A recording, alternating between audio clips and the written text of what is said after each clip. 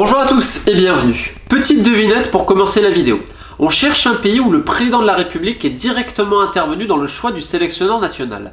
Un président qui, comme à son habitude, a docilement écouté les conseils d'un grand homme d'affaires sévissant sur ces terres.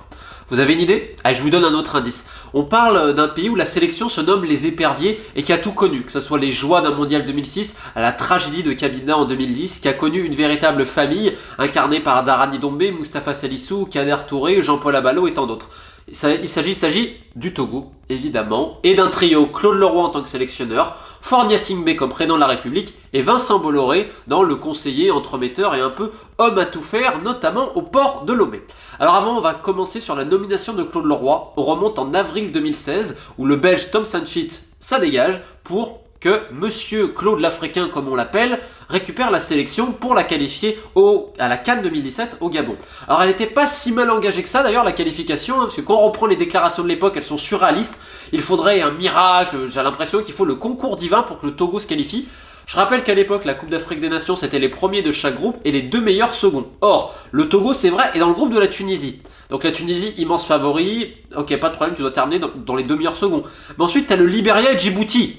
Comment le Togo ne peut pas faire un carton plein face au Libéria et Djibouti quand même, surtout quand tu vois les joueurs de l'époque du Togo, hein. C'est pas des petits joueurs. On parle d'Adebayor, Haïté, Akakpo, Romao, je veux dire, il y a Prince Segbefia, il y en a des joueurs de Séville, on peut en citer, hein.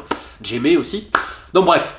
Surtout que la qualif avait pas mal commencé, il y a eu victoire face au Libéria, victoire à Djibouti, défaite 1-0 en Tunisie, est-ce que c'est infamant pour le Togo de perdre au Stade Rades 1-0? Je pense pas. 0-0 à Lomé, c'était pas non plus catastrophique, mais on a viré Tom Saintfiet parce que c'est l'un des quand même des grands défauts du football togolais et d'ailleurs du football africain et asiatique en général, c'est que les managers, ils ont tendance à se succéder sans véritable politique sportive.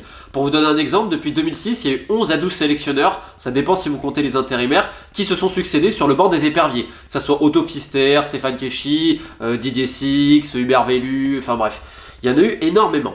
Donc Claude Leroy arrive en 2016, suite à une entrevue avec le président de la République, où il a été intronisé, on va y revenir plus tard, pour qualifier justement l'équipe pour la CAN 2017, ce qui va être réalisé, ça a été compliqué parce qu'ils ont fait un match nul, mais 2-2 au Libéria après avoir perdu 2-0 donc au finish, et une victoire 5-0 face à Djibouti. Et grâce aux résultats des autres équipes qui leur étaient favorables, le Togo a pu se qualifier pour la CAN 2017, où il sera éliminé au premier tour en terminant dernier de son groupe, un groupe certes pas facile qui comprenait la République démocratique du Congo, le Maroc et la Côte d'Ivoire si je me rappelle bien, mais ça tranche avec la participation en 2013, où justement le Togo était sorti d'un groupe quasiment impossible avec notamment l'Algérie, la Côte d'Ivoire et c'était la Tunisie si je ne dis pas de bêtises, avant de perdre en quart de finale en prolongation face à un Burkina Faso d'un Jonathan Pitropa absolument intenable sur cette CAN-là, et je rappelle que le Burkina Faso terminera finaliste. Donc on peut dire que le Togo en 2013 était resté sur une très bonne CAN avec Didier Six à sa tête. Bref, donc là 2017 ça n'a pas marché et tout, et quand Claude Leroy récupère la sélection, le Togo pointe à la 103e place au classement FIFA, ce qui en effet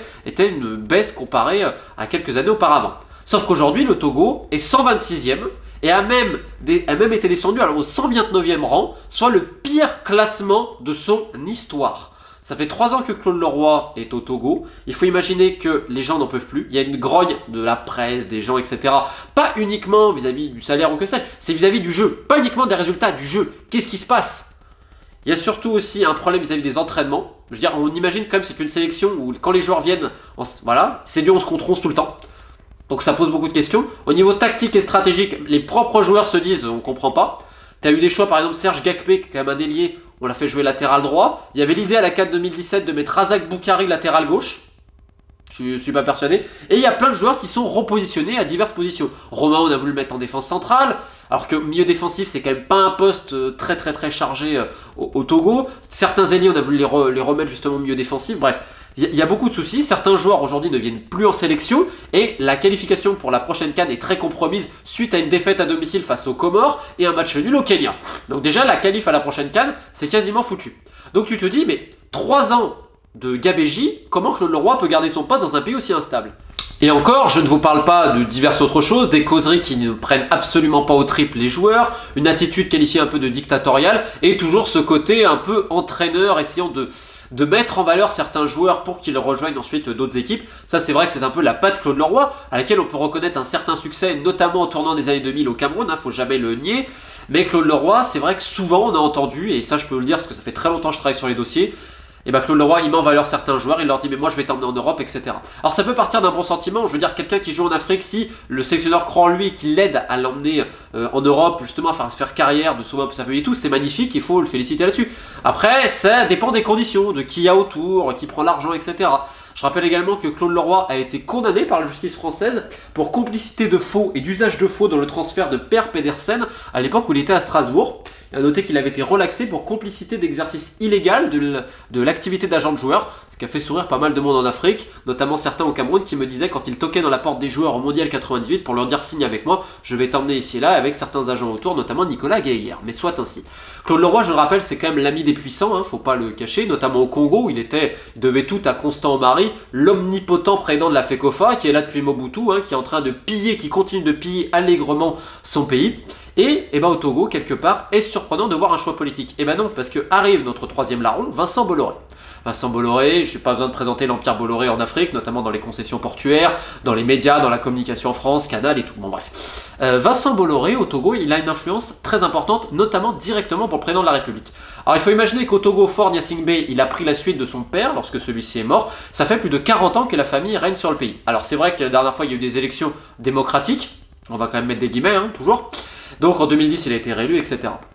Et en fait, qui l'a aidé notamment dans cette campagne-là, comme d'autres chefs d'État africains, on peut penser d'ailleurs en Guinée, parce qu'il y a une affaire de justice qui est ouverte justement pour 2 concessions portuaires et leur attribution, plus que derrière, en fait, c'est le groupe Bolloré qui a participé activement à l'élection de ces hommes politiques-là, notamment à travers des conseils, de la communication, etc. On parle de sous-facturation, de faux, d'usage de faux, de corruption, de trafic d'influence. Bref, la justice aura le temps ces prochaines années, je pense, de terminer toutes ces enquêtes-là. Pour ceux que ça intéresse, il y a les liens en description.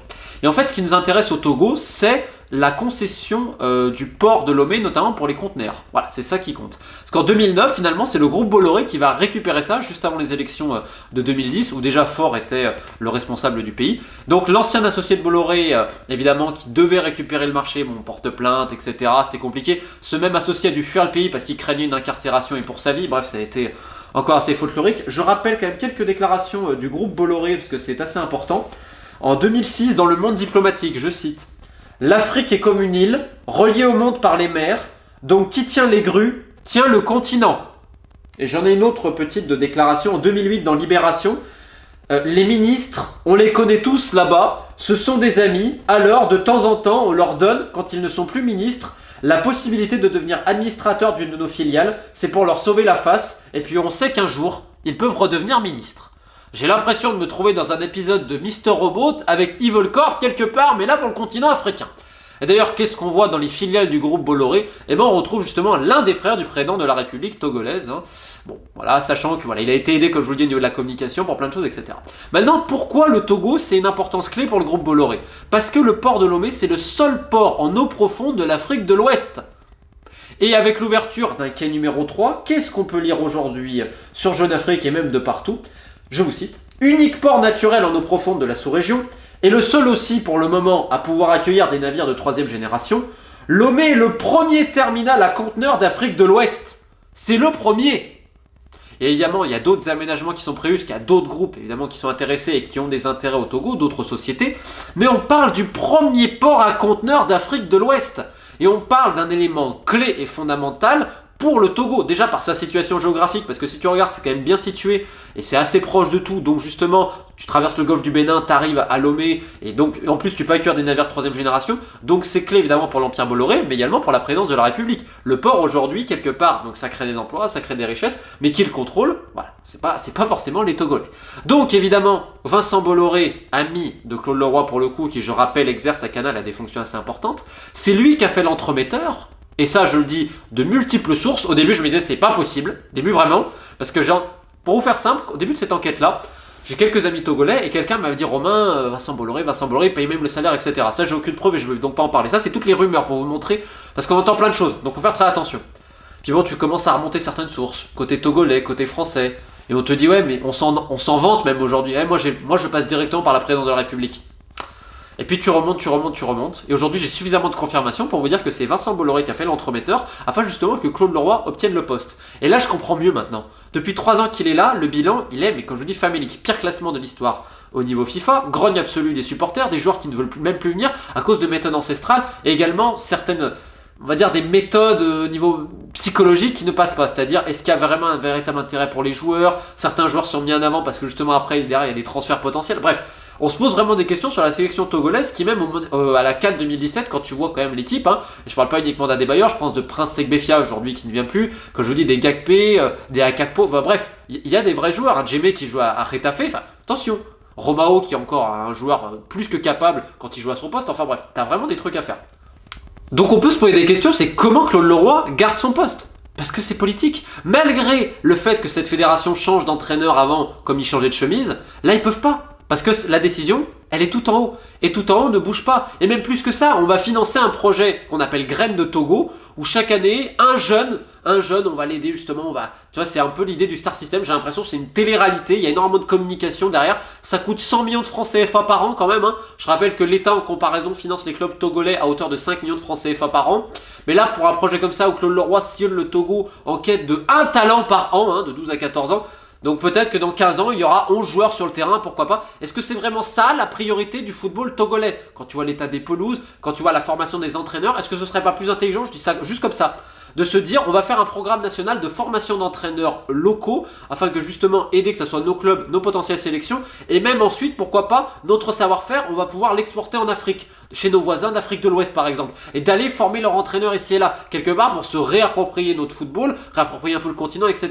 On va pas me dire qu'au Togo t'as pas de cerveau quand même, qu'on est obligé de faire appel toujours à des gens de l'étranger qui récupèrent des salaires à 5 chiffres bien gonflés, t'inquiète pas, qui mènent la joyeuse vie en allant souvent dans les endroits branchés de la capitale, pour sortir un projet qui coûte 100 millions de francs CFA par an, pour sortir un jeune de 12 à 14 ans. Mais c'est ça l'avenir au Togo, le foot? Donc on peut se poser des questions, et évidemment, t'en as beaucoup qui se disent, attends, mais on va où là? On va où? Ben c'est simple où on va. On va dans j'ai envie de dire, la définition même de la France-Afrique. Regardez ce qui se passe. On est dans un état, le Togo, très docile, très docile vis-à-vis de certains entrepreneurs, qui aujourd'hui préfèrent laisser à l'abandon quasiment son foot parce que c'est le copain du copain. Bref, comme vous le voyez, c'est un vrai micmac. Alors, je suis pas là pour dire que Claude Leroy fait uniquement du mauvais boulot, etc. Comme je vous le dis, il a un palmarès qui a quand même parlé pour lui, même s'il n'est pas très élevé. Il a aidé quantité de joueurs, notamment au tournant des années 2000. Et il y a peut-être aussi un fossé générationnel qui s'est opéré. Et aujourd'hui, peut-être que le discours qui fonctionnait il y a 20 ans ne fonctionne plus. Et c'est pas forcément de sa faute, c'est l'évolution de la société. Hein, peut-être que moi, dans 5 ans, je serai aussi devenu un has-been complet. Hein. Donc il faut toujours raison garder. Et je rappelle également qu'il a eu un rôle clé pour certains coachs à qui il a pu permettre de réussir en Afrique. Mais tout ça, ça n'occulte pas une autre part. Et notamment qu'aujourd'hui, tu as quelqu'un qui est en poste uniquement pour des raisons politiques. Alors évidemment, c'est un peu caché, etc.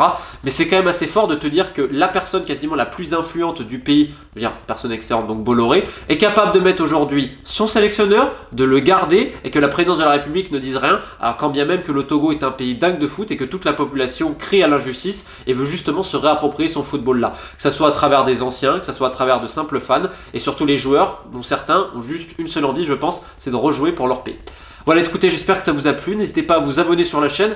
Je sens que je vais encore me faire des amis, moi, à ce niveau-là. Allez, ciao.